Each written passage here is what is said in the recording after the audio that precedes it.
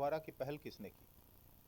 पशुपति कुमार पारस जी, जो पूर्व। आखिरकार ऐसा क्या हुआ कि इन लोगों ने अंगरक्षकों के साथ अपनी पत्नियों को भेजकर घर में ताले लगवाए? बंटवारा का संकेत कहां से हुआ, सूत्रपात कहां से हुआ, ये समझने वाली बात है। पशुपति कुमार पारस जी के कल प्रिंस राज जी और कई उनके प्रवक्ता जो बोल रहे थे कि हम लोगों ने इसकी पहल नहीं की है, चिराग जी इसका राजनीतिकरण कर रहे हैं, मानवता के नाम पर एक बड़ा कलंक नहीं दिखता? क्या परिवार की बड़ी माँ आपको उचित सम्मान आज तक नहीं दी? वो तो आज भी आपका नाम जो है बड़े सम्मान के साथ लेती है।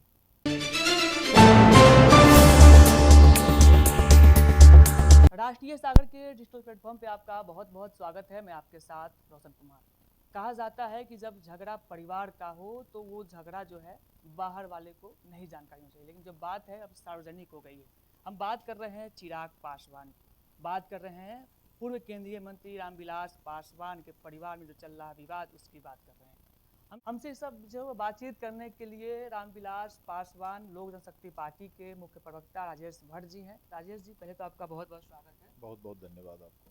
जिस प्रकार से परिवार में जो विवाद चल रहा है, उसके बाद सांसद जी ने कहा है कि जो परिवार का जो बंटवारा है वो 4 हिस्सा में होना चाहिए। जो बात आ रही थी कि 3 भाई हैं, 3 हिस्से में बंटवारा होना चाहिए, लेकिन अब 4 हिस्से में होना चाहिए। और कई सारे उसके बाद जो है प्रिंस राज ने अपनी प्रतिक्रियाएं दी हैं कि उन्होंने कहा है कि जो FIR हुआ है वो जो माँ है वो बिल्कुल पढ़ी लिखी नहीं है, वो अंगूठा छाप है, और FIR कहीं ना कहीं जो है गलत है और राजनीतिक इसको रूप दिया जा रहा है चिराग भैया के द्वारा। पहला सवाल आपका है कि बंटवारा बंटवारा की पहल किसने की? पशुपति कुमार पारस जी, जो पूर्व केंद्रीय मंत्री भी हैं और हमारे राष्ट्रीय अध्यक्ष आदरणीय श्री चिराग पासवान जी के चाचा हैं, जिनको वो पिता के बाद दूसरे दर्जे पर रखते हैं और पिता के समान उनको सम्मान देते हैं। आखिरकार ऐसा क्या हुआ कि इन लोगों ने अंगरक्षकों के साथ अपनी पत्नियों को भेजकर घर में ताले लगवाए? आखिर ऐसी क्या जल्दी थी? देखिए, बंटवारा का संकेत कहां से हुआ, सूत्रपात कहां से हुआ, ये समझने वाली बात है। ये बड़ा विषय है, बहुत गहन विषय है। विषय इतना क्लिष्ट है कि इसकी समझ बहुत आसानी से नहीं हो सकती, और जितनी बातें कही जा रही हैं मैं समझता हूं कि वो बातें सही नहीं है। पशुपति कुमार पारस जी के कल प्रिंस राज जी और कई उनके प्रवक्ता जो बोल रहे थे कि हम लोगों ने इसकी पहल नहीं की है, चिराग जी इसका राजनीतिकरण कर रहे हैं। भाई, किसी की माता जी के साथ, उनकी बड़ी माँ के साथ जो आप लोगों ने अंगरक्षकों के उपस्थिति में घर में ताला लगाकर घर से बेघर करने का जो काम किया, जो साजिश किया, क्या वह सही है? मानवता के नाम पर एक बड़ा कलंक नहीं दिखता? क्या परिवार की बड़ी माँ आपको उचित सम्मान आज तक नहीं दी? वो तो आज भी आपका नाम जो है बड़े सम्मान के साथ लेती है। तो उस भावना और भाव का आपको भी सम्मान करना चाहिए था। ऐसी क्या जल्दीबाजी है? दूसरी बात, अगर बंटवारा आप चाहते हैं, अगर बंटवारा ही मुद्दा था, तो यह घर के पुरुषों में बात होनी चाहिए थी। ये महिलाओं के साथ जिस तरह से प्रताड़ित करके एक पहल की गई है, क्या यह सही है? आप एक पार्टी के प्रवक्ता हैं, क्या यह सही है? आपने आप देखा ना, उनकी बड़ी माता जी ने प्रेस के सामने, जो कभी नहीं आती हैं, 5 दशकों से शहरबन्नी में रह रही हैं, चूंकि वो पुराने ख्यालात की हैं, उनको उस गांव में रहना बहुत पसंद आता है, और चिराग जी लगातार उनसे संपर्क साधे रहते हैं, उनके स्वास्थ्य की जानकारी, उनके हालात की जानकारी लेते रहते हैं एक दिन प्रतिदिन रात में। तो आप समझ लीजिए कि उनको वहाँ स्वाभाविक तौर पे अगर अच्छा लगता है तो वो रहती हैं। इस पर तरह तरह के विवाद करने की क्या आवश्यकता है, तरह तरह की टीका टिप्पणी करने की क्या आवश्यकता है? अरे भाई, हैं तो चिराग जी की बड़ी माना, तो चिराग जी उनका ख्याल नहीं रखते होंगे क्या? यह कहने वाली बात है? कोई भी अपने माँ का ख्याल नहीं रखेगा क्या? तरह तरह के ख्यालात बनाए जा रहे हैं, तरह तरह का परसेप्शन नैरेटिव सेट किया जा रहा है। ये कौन सी बात आ गई? आपने घर में आखिर ताला मारने का औचित्य क्या था?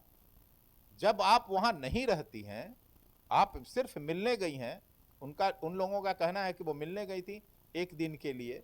जब मिलने गई हैं तो घर में ताला मारने का क्या औचित्य है? ये सवाल तो है। दूसरा, जब उनके साथ आपने प्रताड़ना का और अत्याचार का जो है कार्रवाई किया, उसके विरुद्ध अगर कोई एफआईआर कराता है तो उस पर तरह तरह के सवालात करने की क्या आवश्यकता है? भाई एफआईआर तो कोई करेगा ना, कहां जाएगा? जो न्याय में विश्वास रखता है, जो कानून में विश्वास रखता है, वो कानून की ही शरण लेगा ना। आपने तो घर से बेघर कर दिया अचानक, क्या उसका कोई इंटीमेशन दिया था क्या? भाई पहले कोई नोटिस किया था क्या? और आपने तो अपना शीश महल वहीं बना लिया है पास में ही, तो क्या वो घर आपके लिए सफिशिएंट नहीं था? भाई आखिर ये तो श्रद्धेय रामविलास पासवान जी के द्वारा ही बनाया गया होगा ना, आपने तो वो घर नहीं बनाया है। ठीक है, आप भाई हैं, आपका भी कुछ अगर उसमें हिस्सा है तो आप हिस्सेदारी की बात घर के पुरुषों से करें। आदरणीय केंद्रीय मंत्री श्री चिराग पासवान जी से बात करनी चाहिए थी।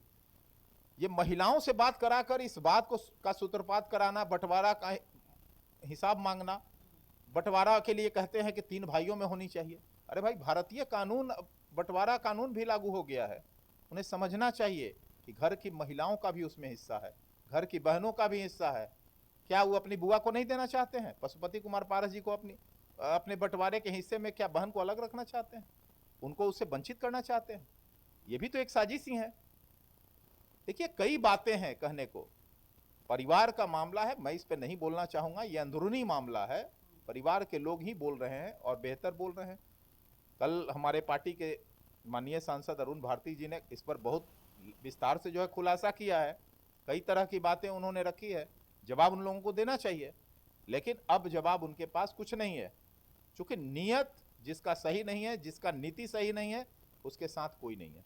आपने कहा कि ये बात जो है परिवार की बात है, परिवार तक ही होना चाहिए, और रामविलास पासवान जी इतने प्रतिष्ठित चेहरे थे, पूरे देश उनको जानता था, और आप एक नेता हैं, पार्टी के प्रवक्ता है। अगर पार्टी के प्रवक्ता से हट के बातचीत करें तो क्या सार्वजनिक तौर पे जो अब परिवार का मसला सड़क पे आ गया है, तमाम बिहार के लोग जान रहे हैं, देश के लोग जान रहे हैं, क्या ये अच्छी बात है? आप बताइए ना कि पूरे जीवन काल में श्रद्धेय रामविलास पासवान जी को परिवारवाद का आरोप लगता रहा इन्हीं भाइयों के कारण। एक आंगन से अब तक 5 सांसद निकल के आए हैं। शायद यह देश का पहला राजनीतिक परिवार है जहां एक आंगन से 5 सांसद बने। वह किसकी देन थी? शहरबन्नी से संसद तक की यात्रा किसने कराई? कोई प्राइमरी का शिक्षक हो रहा था, शिक्षक से सांसद तक का जो बदलाव लाया जीवन में, और आज ये बोलने का हक जो दिया, किसने दिया? आप एक तरफ उनको भगवान कहते हैं और उसी भगवान के पत्नी के साथ जो है छल करते हैं। शर्म नहीं आती? रामविलास पासवान जी अपने भाइयों को अपने बेटों की तरह पाले हैं और उनका पूरा पूरा ख्याल अपने जीवन पर्यंत रखे। कभी आज तक कोई डिस्प्यूट सुना नहीं गया उनके जीवन काल में, और यह मिसाल दिया जाता था यह तीनों भाइयों का। तो ये तीनों भाइयों ने आखिर क्या हुआ ऐसा कि रामविलास पासवान जी के जाते ही इन्होंने पार्टी तोड़ दिया, परिवार को छोड़ दिया? अरे एक स्वार्थ के लिए, छद्म स्वार्थ के लिए, एक माननीय मंत्री बनने के लिए आपने परिवार को ताक पर रख दिया,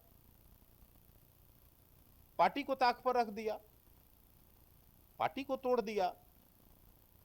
क्या यह श्रद्धेय रामविलास पासवान जी के प्रति श्रद्धांजलि थी क्या?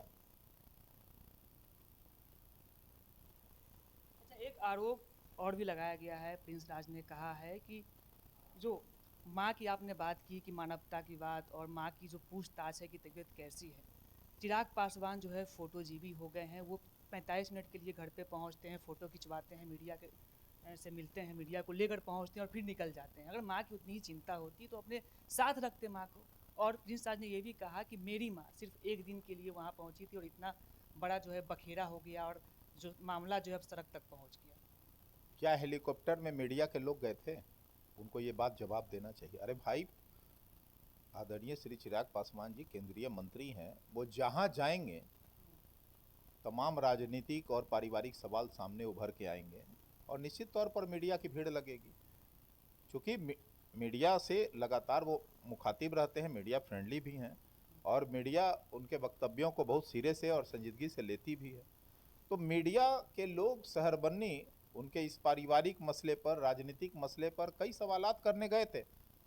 इसमें मीडिया को कोई आमंत्रित तो नहीं किया गया था। और जब कोई केंद्रीय मंत्री कहीं भी मूव करता है तो मीडिया स्वतः वहां जो है मौजूद हो जाता है। इसमें मीडिया को बुलाने की कहां से बात आ गई? यही सब देखिए, यही सब अलग सोच है इनकी, और इनकी इस मानसिकता को दर्शाता है कि ये इनकी सोच क्या है इनके प्रति।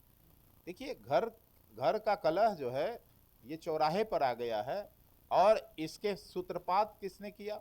पशुपति कुमार पारस जी ने किया। अपनी महिलाओं को भेजने का क्या आवश्यकता था? जब वहां वो रहती नहीं है तो ताले लगाने का औचित्य क्या था? कई सवाल हैं करने को। मैं ज़्यादा नहीं कहना चाहूँगा, किसी का पारिवारिक मामला है, क्योंकि यह राजनीतिक विषय नहीं है। पार्टी का प्रवक्ता हूँ मैं, और निश्चित तौर पर यह मेरा दायित्व है कि कोई भी अगर पार्टी पर हमला हो तो निश्चित तौर पर उसका प्रतिकार और जवाब मैं दूँ। चलिए, तो हमारे साथ राजेश भट्ट जी ने इन्होंने कहा कि साफ तौर पे जो पारिवारिक मसला है वो सार्वजनिक नहीं होनी चाहिए, और ये जो बातें हैं वो पारिवारिक बातें हैं, परिवार तक ही हो तो बेहतर होगा। बाकी आपकी इस पर क्या प्रतिक्रिया है हमारे कमेंट में, बहुत बहुत शुक्रिया।